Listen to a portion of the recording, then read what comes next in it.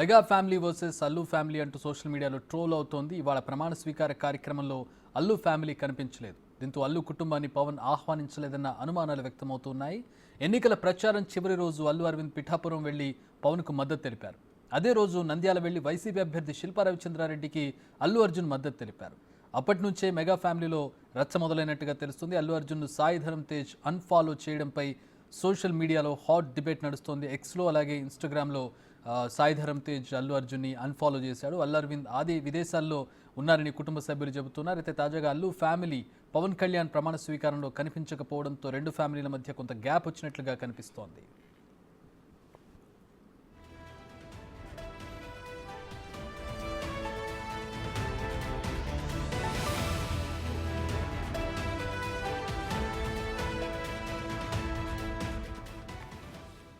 మా input editor Pawan join అవుతున్నారు. దీనికి సంబంధించి పవన్ అంటే నాగబాబు ట్వీట్ దగ్గర నుంచి మనం చూసినట్లయితే ఒక రకమైనటువంటి గ్యాప్ అనేది కనబడుతుంది స్పష్టంగా.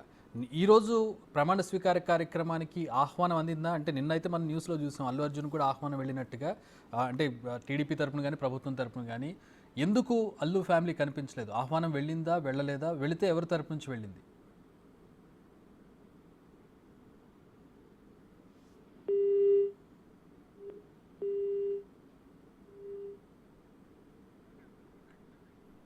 ఆల్రైట్, నాగబాబు అంటే ప్రచారం సందర్భంగా నాగబాబు చేసినటువంటి ట్వీట్ కూడా మనం చూసాం. మాకు మద్దతు ఇచ్చేవాడు మావాడు కాకపోయినా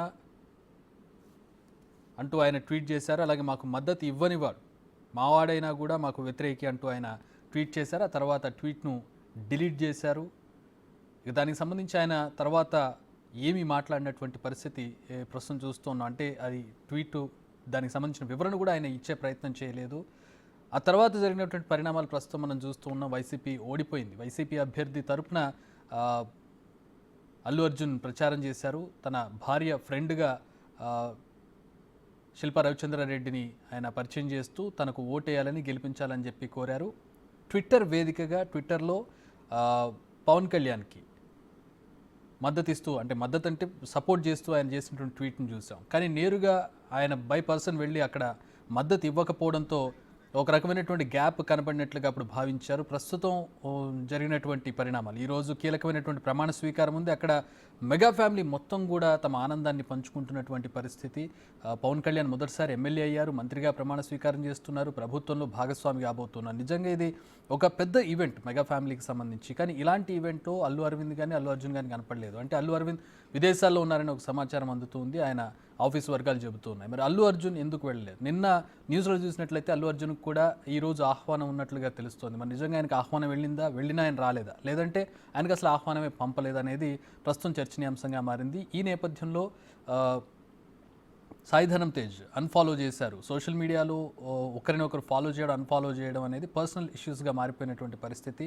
ఎవరిద్దరి మధ్యలో గ్యాప్ వచ్చినా కూడా, ఎవరిద్దరి మధ్యలో గొడవలు జరిగినా కానీ, లేదంటే ఏదైనా డివోర్స్ అయినటువంటి సందర్భాల్లో ఒకరినొకరు అన్ఫాలో చేయడం, లేదంటే ఏదైనా భేదాభిప్రాయాలు వచ్చినప్పుడు అన్ఫాలో చేయడం అనేది సాధారణంగా జరుగుతూ ఉంటుంది.